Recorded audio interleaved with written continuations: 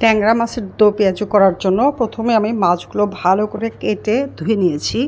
এরপরে এটার ভিতর দিচ্ছি মরিচের গুঁড়া, লাল মরিচের গুঁড়া পরিমাণ মতো, তারপরে দিচ্ছি হলুদের গুঁড়া, তারপরে দিব ভাজা জিরার গুঁড়া, এরপরে দিব ধনিয়ার গুঁড়া,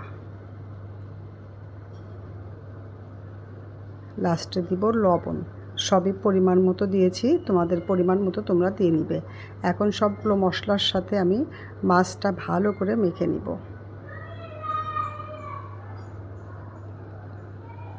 ভালো করে মেখে নিতে হবে যেন মাছের সব অংশের ভিতরে মশলাটা ভালোভাবে ঢুকে যায়, তাহলে খেতে ভালো লাগে। মাছগুলো আমি সুন্দরভাবে মেখে নিচ্ছি। মেখে নেওয়া হয়ে গেছে। এখন আমি কড়াইয়ে পরিমাণ মতো তেল দিচ্ছি, সয়াবিন তেল। তেলটা গরম হলে এটার মধ্যে আমি দিয়ে দিচ্ছি কাঁচা মরিচ আর পেঁয়াজ কুচি। এখন এগুলো আমি ভালো করে বাদামি করে ভেজে নেব।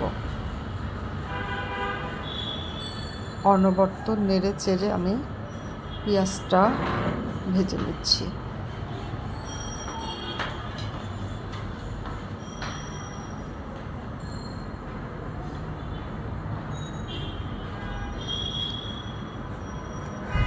পেঁয়াজ আর কাঁচা মরিচ আমি নেড়ে চেড়ে ভেজে নিচ্ছি। ভাজতে ভাজতে আমার পেঁয়াজগুলো ব্রাউন কালার হয়ে গেছে।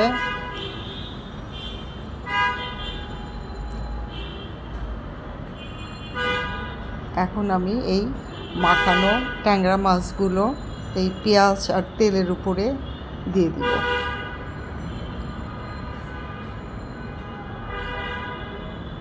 তেলের উপরে আমি কিছুক্ষণ এটা গরম করে ভেজে নিচ্ছি।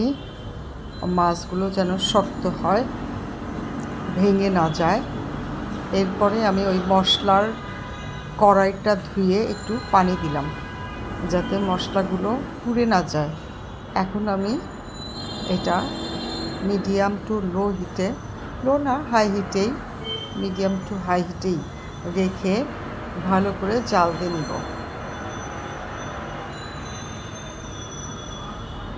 এই যে আমি এটা চেখে নিয়েছিলাম, লবণ একটু কম হয়েছিল, সেজন্য আমি আরেকটু লবণ দিয়ে নিলাম।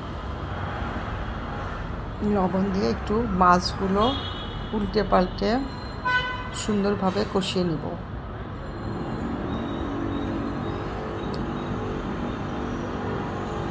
এই তো আমার হয়ে গেছে, প্রায় হয়ে গেছে মাছটা দো পেঁয়াজু। এইভাবে সহজভাবে তোমাদের সাথে শেয়ার করলাম, তোমরাও এটা বাসায় ট্রাই করো।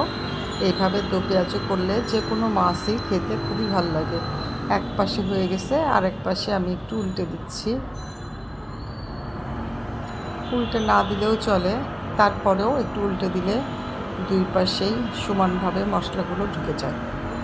এই যে আমার মাছের দো পেঁয়াজু হয়ে গেছে, উপর থেকে তেল ভেসে উঠেছে।